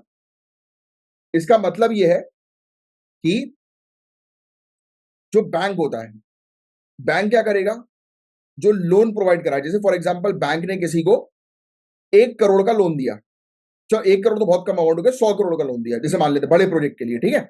बैंक ने 100 करोड़ का लोन दिया एक बड़े प्रोजेक्ट के लिए, तो आरबीआई एक परसेंटेज डिसाइड करती है। आरबीआई बोलती है कि आपने अगर 100 करोड़ का लोन दिया है तो आपको अपने फंड से उसका 5%, 100 करोड़ का जो है 5% कितना हुआ, 5 करोड़, आपको अपने प्रॉफिट से अलग रख देना है। 5 करोड़, उसको आपने 100 करोड़ दिए तो आप क्या करोगे, अपने प्रॉफिट से 5 करोड़ अलग रख दोगे, 5% उस लोन का। यही बात हो रही है अभी। 0.4% आज की रेट में है प्रोविजनिंग, उसको बढ़ाकर 5% करने की बात की जा रही है। मतलब बैंक जो कमाई कर रही है उस कमाई का कुछ हिस्सा जो है वो अलग से एक लॉकर में रख दिया जाएगा कि कल को वो अकाउंट एनपी हो जाता है तो इससे उस बैलेंस शीट जो है वो मेंटेन की जा सके बैंक की। तो ये चीज है। तो इससे क्या हो रहा है, क्लियरली समझ में आ रहा है कि बैंक का प्रॉफिट इतना है, उससे कुछ अमाउंट जो है वो कम हो जाएगा, साइड में रख दिया जाएगा, तो बैंक का प्रॉफिट तो कम हो गया ना, क्योंकि वो वाला अमाउंट तो लॉस को भरने के लिए, लॉस को फुलफिल करने के लिए, बैलेंस शीट को सही दिखाने के लिए रखा गया है। बोलो समझ में आई बात। तो आरबीआई ने बोला आज की रेट में जो 0.4% की प्रोविजनिंग है उसको आप बढ़ाकर 5% करो और फेज वाइज करो। 2025 में 2% रहेगी, 2026 में 3.5% कर दोगे और 2027 में 5% कर दोगे। फिर आरबीआई क्या बोलती है, फिर आरबीआई ये बोलती है कि आप इस प्रोविजनिंग को धीरे धीरे कम कर सकते हो। जैसे कि अगर सामने वाली कंपनी का प्रोजेक्ट पूरा कंप्लीट हो गया, अब वो प्रॉफिट कमा रही है, तो आपने देखा वो प्रॉफिट कमा रही है, तो आप प्रोविजनिंग अपनी कम कर दो। आप मेंशन कर दो धीरे धीरे करके जो है प्रोविजनिंग कम कर दो, यानी कि आप अपने पास वापस वाला पैसा जो है वो निकाल के मेन अकाउंट में डालना शुरू कर दो, प्रॉफिट वाले अकाउंट में। तो ये चीज, इससे नुकसान क्या होगा, इससे नुकसान बैंक को बहुत ज्यादा होगा, क्योंकि बैंक का प्रॉफिट कम हो रहा है ना। देखो क्लियरली यहां पर लिखा है, बैंक की प्रॉफिटेबिलिटी पर इंपैक्ट हो रहा है। Next point, borrowers high interest rate अब उनको जो है वो देना पड़ेगा, क्योंकि अब बैंक को कमाना है भाई। बैंक को अपना, बैंक का फायदा कहां से होता है, इंटरेस्ट से। सामने वाला बंदा लोन देता है और लोन पर जब वो इंटरेस्ट देता है, यही तो बैंक का प्रॉफिट है। बोलो हाँ या ना। तो बैंक अपने प्रॉफिट को बढ़ाएगी, बैंक क्यों नुकसान करेगी, वो बोलेगी भाई मुझे प्रॉफिट बढ़ाना, तो वो इंटरेस्ट रेट बढ़ाएगी। इंटरेस्ट रेट बढ़ाएगी तो लोग लोन्स नहीं ले पाएंगे, और जब लोन नहीं लेंगे तो धंधा जो है वो बंद होगा, काम जो है वो बंद होगा। काम बंद होगा तो लोगों को जॉब्स नहीं मिलेंगी। तो इसके बहुत नेगेटिव इंप्लीकेशंस भी हैं अगर एक एक करके हम बात करने लगे तो। ये चीज है। तो कोई दिक्कत नहीं है। मुझे अब कुछ स्टूडेंट जो है वो बोल रहे थे कि सर आप जब समझाते हो तो समझ में आ जाता है, फिर एक स्टूडेंट ने लिखा था फिर बाद में समझ में कुछ आता नहीं है। भाई ऐसा नहीं है, धीरे धीरे करके चीजें आती जाएंगी। आप सिर्फ फोकस के साथ चीजों को सुनो मेरी, आप देखना 2 से 3 महीने के अंदर जो इंप्रूवमेंट आपके अंदर आएगा वो गारंटी देता हूं अभी तक का आपकी लाइफ में कभी नहीं आया होगा। आगे की बात करें, अब देखो क्या क्या इश्यूज हम लोग को आज की डेट में बड़े बड़े प्रोजेक्ट्स देखने को मिल रहे हैं जो फेस कर रहे हैं। तो सरकार बड़े प्रोजेक्ट चलाती है, तो सरकार फिस्कल बर्डन फेस कर रही है, राइट। राजकोषीय बोझ है सरकार के ऊपर, पूरा पैसा फिस्कल डेफिसिट में ना सरकार। ये सब इकोनॉमिक्स टर्म है, ये जीएस के टर्म्स है कि सरकार ज्यादा खर्च जो है वो कर रही है उसकी इनकम से। तो ये इशू हम लोग को देखने को मिल रहा है। एसेट लाइबिलिटी मिसमैच हम लोग को कमर्शियल बैंक की देखने को मिल रही है। कमर्शियल बैंक के पास एसेट कम है, लाइबिलिटी ज्यादा है, राइट। नेक्स्ट हम लोग को पब्लिक प्राइवेट पार्टनरशिप के प्रोजेक्ट जो है वो आ नहीं रहे, हो नहीं रहे। प्राइवेट सेक्टर जो है वो पब्लिक सेक्टर के साथ इसलिए कंट्रीब्यूट नहीं कर पा रहा है, इन्वेस्टमेंट नहीं कर पा रहा है, क्योंकि अगर बाय चांस, जैसे एग्जांपल के तौर पर लैंड एक्विजिशन का मामला हो गया, एक प्रोजेक्ट आपने शुरू किया, वहां पर विवाद हो गया कि नहीं इस जगह पर आंदोलन चालू होगा कि भाई इस जगह पर जो है आप प्रोजेक्ट नहीं बनाओगे, ये नहीं वो नहीं, तो प्रोजेक्ट तो थम गया ना, जिसका पैसा वहां पे लगा वो तो अटक गया। तो जब ऐसी चीजें होती है तो प्राइवेट सेक्टर जो है वो बिल्कुल इंटरेस्ट नहीं लेता है, वो इन्वेस्टमेंट नहीं करता है। तो ये इशू है, और जो प्रॉब्लम है वही सोल्यूशन है। अगर प्राइवेट सेक्टर को हमें अट्रैक्ट करना है तो हमें उसको सुनिश्चित करना पड़ेगा कि भाई ये प्रोजेक्ट डेफिनेटली कंप्लीट होगा, या पूरे पेपर वर्क कंप्लीट कराने के बाद फिर इनवाइट कर लो प्राइवेट सेक्टर को, तो वो कंफर्टेबल हो जाए। फिर बॉन्ड मार्केट हमारे पास नहीं है जिससे कि इन्वेस्टमेंट जो है वो हाई हो सके, राइट।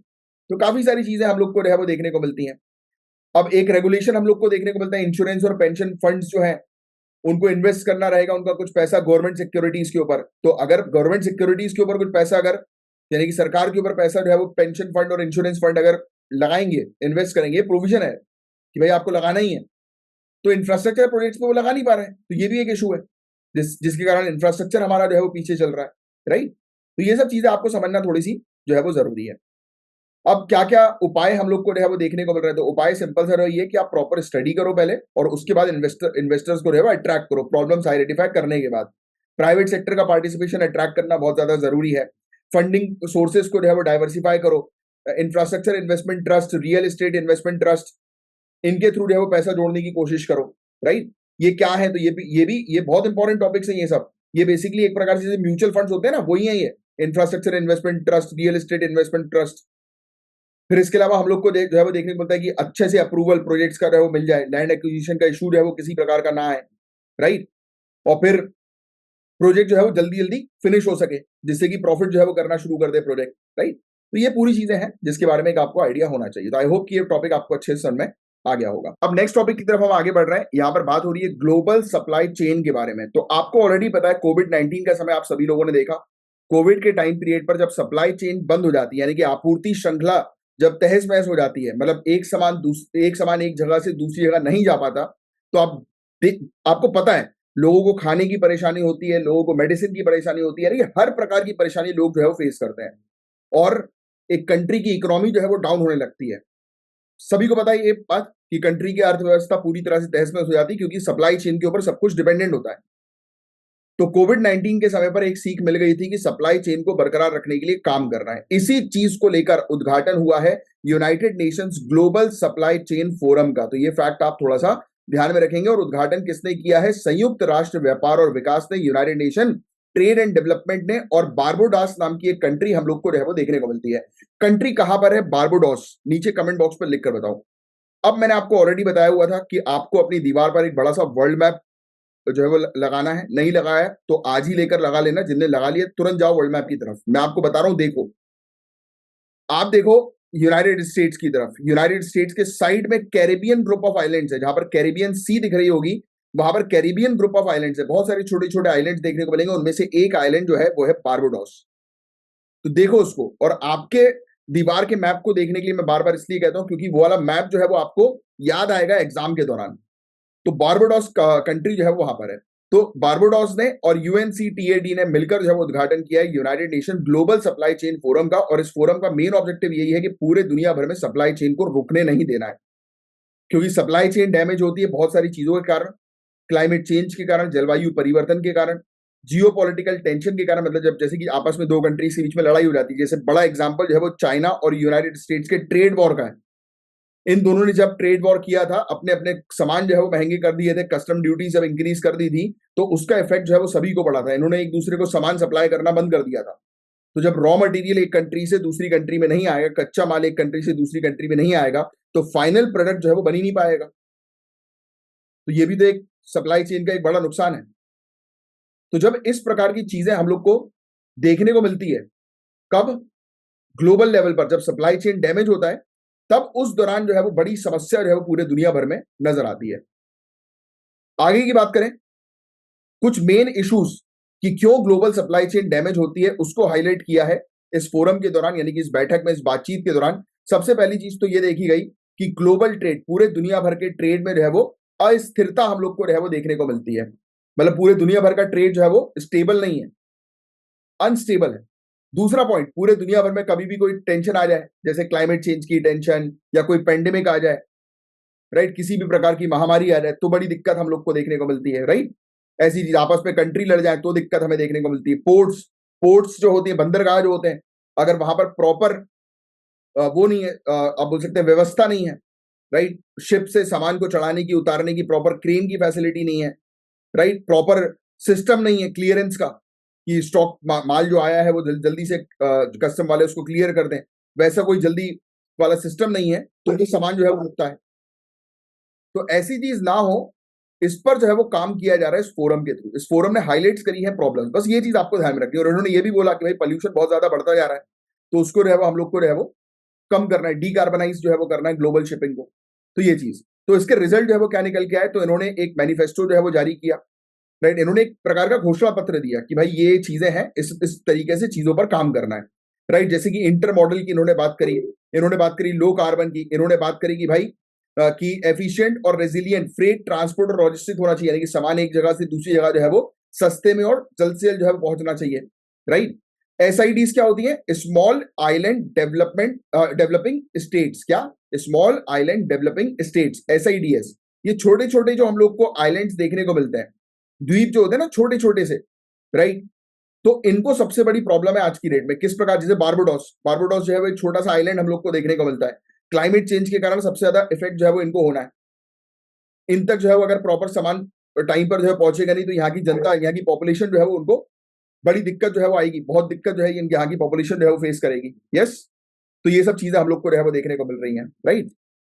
फिर इसके अलावा डिजिटल टेक्नोलॉजी के रोल के बारे में इन्होंने बात करी कि हमें डिजिटलाइजेशन करना है चीजों को, जिससे कि सामान जो है वो जल्दी से जल्दी क्लियर हो जाए, पोर्ट में फंसा ना रहे, राइट। कस्टम उसको जल्दी जो है वो क्लियर करके आगे बढ़ाए, ब्लॉकचेन टेक्नोलॉजी का इस्तेमाल जो है वो करो, राइट। कस्टम्स डिपार्टमेंट को ऑटोमेट जो है वो करो, ट्रांसपेरेंसी बढ़ाओ, ट्रेड जिससे जल्दी से जल्दी हो सके, राइट। ये सब चीजों के बारे में इन्होंने चर्चा करी और ट्रेड और ट्रांसपोर्ट के डेटा बनाने की जो है वो बात करी, राइट। तो ये सब चीज है। और इंडिया के लिए क्यों आवश्यकता है, क्योंकि हमें कोविड के समय समझ में आ गया था कि भाई अगर सप्लाई चेन जो है वो डैमेज होता है तो कंट्री की इकोनॉमी पर डायरेक्ट इफेक्ट पड़ता है और लोग कंट्री के जो है बहुत बुरी तरह से परेशान होते हैं। यूएसए चाइना ट्रेड की टेंशन जब हुई थी तो उस समय हम लोग को जो है वो समझ में आया, और आज की डेट में इंडिया जो है वो एक उभरता हुआ कंट्री हमें देखने को मिलती है जो सप्लाई पर सबसे ज्यादा काम कर रही है, सप्लाई चेन पर सबसे ज्यादा काम कर रही है। यस, तो सजेशन इंडिया के लिए क्या है, किस प्रकार से सप्लाई चेन के सिस्टम को जो है वो इंप्रूव किया जा सकता है। मैन्युफैक्चरर्स को बढ़ाएं, सप्लायर्स को बढ़ाएं कि ज्यादा से ज्यादा प्रोडक्शन होगा तो, क्योंकि देखो अगर हम डिपेंडेंट रहेंगे एक दो कंपनीज के ऊपर प्रोडक्शन के लिए और वो कंपनी जो है वो टाइम पर अगर वो नहीं दे पा रही है, सामान नहीं दे पा रही है, तो ऑटोमेटिकली सामान जो है वो आगे जाएगा नहीं। तो ये भी तो एक प्रकार का हम लोग को देखने को मिल रहा है, बाधा है, यस, सप्लाई चेन में।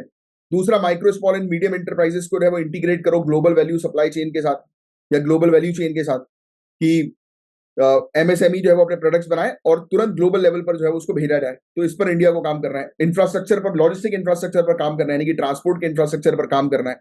डोमेस्टिक प्रोडक्शन जो है इंप्रूव करना है, क्रिटिकल इंपोर्ट्स का, जैसे एपीआईज। एपीआईज का फुल फॉर्म कोई बता सकता है? कमेंट बॉक्स पर लिखकर बताओ, पॉज करो वीडियो, कमेंट बॉक्स पर लिखो क्या ये एपीआई। एपीआई का फुल फॉर्म है एक्टिव फार्मास्यूटिकल इंग्रेडिएंट्स। फिर से मैं रिपीट कर रहा हूं, एक्टिव फार्मास्यूटिकल इंग्रेडिएंट्स, हिंदी में भी इसको यही बोलते हैं। ये टर्म है, जो दवाइयां बनती है ना, दवाइयां, आप ये मान के चलो दवाइयों के लिए बिना इसके दवाई बन नहीं सकती, और ये हमें सप्लाई करता है कौन? चाइना। और आज की डेट में हम अपनी production linked incentive scheme, PLI scheme के थ्रू जो है वो इन सब चीजों पर फोकस कर रहे हैं।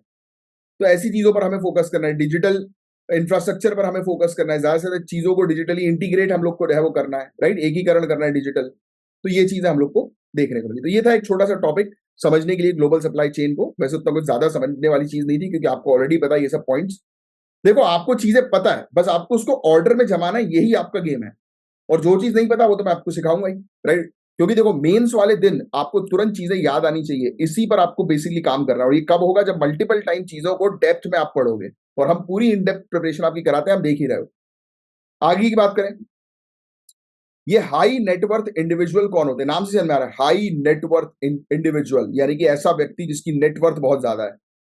तो इसकी डेफिनेशन मैं अभी आपको बताऊंगा, बट उससे पहले मैं आपको बता दूं कि जो नंबर है हाई नेटवर्थ इंडिविजुअल का, इंडिया के अंदर वो काफी बढ़ गया है। वो 12% के आसपास कुछ हो गया, 12.2% हम लोग को 2023 में देखने को मिला है कंपैरेटिव टू 2022, राइट। 12.2% हुआ है, यानी कि बढ़ गया है। यानी कि हमारी कंट्री के अंदर बहुत सारे लोग जो है वो हाई नेटवर्थ वाले नजर आ रहे हैं, क्योंकि अच्छा खासा पैसा लोगों ने जो है वो कमाना शुरू कर दिया, स्टार्टअप्स अच्छा खासा जो है वो काम कर रहे हैं, राइट। और फिर इसके अलावा फाइनेंशियल वेल्थ जो है वो इंडिया की हाई नेटवर्थ इंडिविजुअल की वो बढ़ गई है 12.4% 2023 में हम लोग को देखने को मिली, और ये बढ़कर 1445.7 बिलियन यूएस डॉलर जो है वो गई इंडिया के अंदर। सोचिए आप, अब हाई नेटवर्थ इंडिविजुअल हम किसको बोलेंगे, इस चीज को ध्यान में रखो। एक व्यक्ति के पास अपना बंगला है, अपना बंगला जिसको वो यूज कर रहा है, अपनी कार जिसको वो यूज कर रहा है, जो भी चीज वो यूज कर रहा है, उसको छोड़कर उसने जो पैसा इन्वेस्ट किया है, अगर वो इन्वेस्टमेंट 1 मिलियन यूएस डॉलर या उससे ज्यादा का है, तो वो व्यक्ति हाई नेटवर्थ इंडिविजुअल कहलाता है। क्या मैं फिर से रिपीट कर रहा हूं, एक व्यक्ति जिसकी पर्सनल चीजें हैं, यानी कि उसका घर, उसकी गाड़ी, उसकी जितनी भी पर्सनल संपत्ति है, उसको छोड़कर उसने जहां पर इन्वेस्टमेंट किया है और इन्वेस्टमेंट की वैल्यू अगर 1 मिलियन यूएस डॉलर से ऊपर की है, तो उस व्यक्ति को हम बोलेंगे हाई नेटवर्थ इंडिविजुअल। तो ये फैक्ट आपको बहुत अच्छे से ध्यान में रखना है। बात समझ में आई? अब सुनो, अगले टॉपिक की तरफ आगे बढ़ते हैं हम लोग। आभा based scan and share service ये लॉन्च की गई है आयुष्मान भारत डिजिटल मिशन के तहत 2022 में।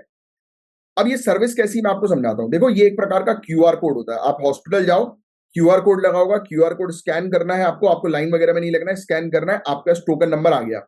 अब जब आपका नंबर आएगा तो आप जाकर वहां पर अपना पर्चा जो है बनवा के डॉक्टर के पास जो है वो सीधे चले जाओगे, क्योंकि ओपीडी के लिए लाइन लगती है। तो ये इस बाधा को लोगों की खत्म करने के लिए कि लोग जो है आराम से स्कैन करें और कहीं पे जाके बैठ जाएं, और उनका जैसे ही वहां पर टोकन नंबर आएगा वहां पर वो पहुंच जाए और वहां पर अपना पर्चा बनवाए और जाकर हॉस्पिटल में दिखवाएं। तो कितनी इजी प्रोसेस हो गई है। इस चीज को हम लोग बोलते हैं आभा based scan and share service. क्या? आभा based scan and share service, Hindi में भी इसको यही बोला जाता है, आभा आधारित स्कैन एंड शेयर सर्विस। और आयुष्मान भारत डिजिटल मिशन के तहत इसको लाया गया है। ठीक है, ये वो चीज समझ में आई कि ये क्या है। दूसरी चीज अब मैं आपको बता दूं कि आभा का 14 डिजिट का यूनिक आइडेंटिफिकेशन नंबर है और उत्तर प्रदेश के अंदर सबसे ज्यादा ऐसे टोकन जो है वो जनरेट हुए हैं। ये रिपोर्ट हम लोग को जो है वो देखने को मिली है। तो बस ये फैक्ट आपको थोड़ा सा ध्यान में रखना है। तो ये था गाइस पूरा ओवरऑल टॉपिक, और आज के लिए इतनी ही न्यूज थी। मैं उम्मीद करता हूं मैंने जो भी चीज आपको पढ़ाई अच्छी लगी होगी। अच्छी लगी तो लाइक का बटन जरूर हिट करिए, और आपके पास एक यहाँ पर मेंस का क्वेश्चन है, इस क्वेश्चन को आप देखिए और इसका अच्छे से आंसर जो है बनाने की कोशिश करिएगा। हाई नेटवर्थ इंडिविजुअल से रिलेटेड ये क्वेश्चन है, एक तरफ इंग्लिश में लिखा है, एक तरफ हिंदी में। हाई नेटवर्थ इंडिविजुअल्स क्या होते हैं मैंने आपको बता दिया। अब आप थोड़ा दिमाग लगाओ, सोचो कि इंडिया में इन लोग, मतलब ये जो लोग हैं हाई नेटवर्थ इंडिविजुअल के, इनके क्या, मतलब आपको क्रिटिकली एनालाइज करना है, राइट। आपको जो है प्रॉपर डिटेल में इनके बारे में लिखना है कि इससे हमें क्या फायदा होगा, कैसे हम ग्रो कर पाएंगे, राइट, इनकी वजह से, हाई नेटवर्थ इंडिविजुअल्स की वजह से। तो आपको ये चीज लिखनी है और आपको बताना है कि सरकार का क्या रोल है हाई नेटवर्थ इंडिविजुअल को जो है वो आगे बढ़ाने में। और इवन इसमें पता है मेन फोकस होता है क्या है, सोशल इनइक्वालिटी का। क्योंकि समाज के अंदर हम लोग को असमानता बहुत ज्यादा देखने को मिलती है। अगर कोई व्यक्ति अमीर हो जाता है तो उसकी लॉबी जो है वो चेंज हो जाती है, वो अपनी क्लास, वो नॉर्मल सी बात है यार। देखो आज की डेट में आप जो है, आपके सभी हर प्रकार के दोस्त होंगे, बट जिस दिन आप आईएएस आईपीएस ऑफिसर जो है बन जाओगे, आपकी लॉबी भी एक जो है वो चेंज हो जाएगी। वो होता है यार, वो बिहेवियर के अकॉर्डिंग होता है, क्योंकि आप जिस जगह पर रहते हो तो उस अकॉर्डिंग जो है वो आप माहौल में रहना जो है वो पसंद करते हो। तो वो वाली चीज भी है। तो उस प्रकार की चीजें भी आप मेंस में जो है वो लिखिएगा। आपके मेंस के अंदर पॉलिटिकल, सोशल, इकोनॉमिक, ये सब चीजें, ये सब फैक्टर जो है वो आना बहुत ज्यादा जरूरी है। जो आप देखोगे अक्सर, ये इस चीज अक्सर जो है वो एग्जामिनेशन में जो है वो पूछी जाती है, और ये इसी पॉइंट ऑफ व्यू से आपको पूरी चीज तैयार करनी है। चलिए अब मैं साइन ऑफ करता हूं, और कल के लेक्चर में काफी सारे स्टूडेंट्स ने बहुत सारे आंसर्स लिखे हैं। वेरी गुड, इसी प्रकार से जो है वो आप आंसर लिखते जाइए, और आप आंसर लिखेंगे तो डेफिनेटली आपका जो है वो सिलेक्शन होके रहेगा। काफी सारे स्टूडेंट्स ने कल लिखे, और जिन्होंने नहीं लिखे मैं बोलूंगा भाई लिखो, आंसर कमेंट बॉक्स पे लिखो। जरूरी है ये, क्योंकि आप लिखोगे ना तभी आपके अंदर कॉन्फिडेंस आएगा कि हाँ आप दे रहे हो, राइट, आप कर रहे हो, आप कंट्रीब्यूट कर रहे हो। क्योंकि जब जब आपका जिस दिन सिलेक्शन होगा और सालों बाद जब आप अपना इंटरव्यू दोगे तो इंटरव्यू में बोलोगे कि भैया जाके चेक करो, एक सर हमें पढ़ाते थे स्टडी फॉर सिविल सर्विसेज के अंदर, और वो क्वेश्चन पूछते थे और मैं उनका आंसर जो है वो लिखता था या लिखती थी। चेक करो जाके, आप एस्पिरेंट्स को मोटिवेट करोगे तो वो आके चेक करेंगे कि अरे हाँ यार ये देखो कितनी मेहनत करते थे। तो भाई अपनी छाप छोड़नी है तो छोड़ो अपनी छाप। चलिए इसी के साथ अब मैं साइन ऑफ करता हूं। आज का दिन आपका बहुत अच्छा रहे, बढ़िया रहे, पूरी तरह से आप अपने पूरे टास्क कंप्लीट करें और उसके बाद सोएं, इसी उम्मीद के साथ। जय हिंद।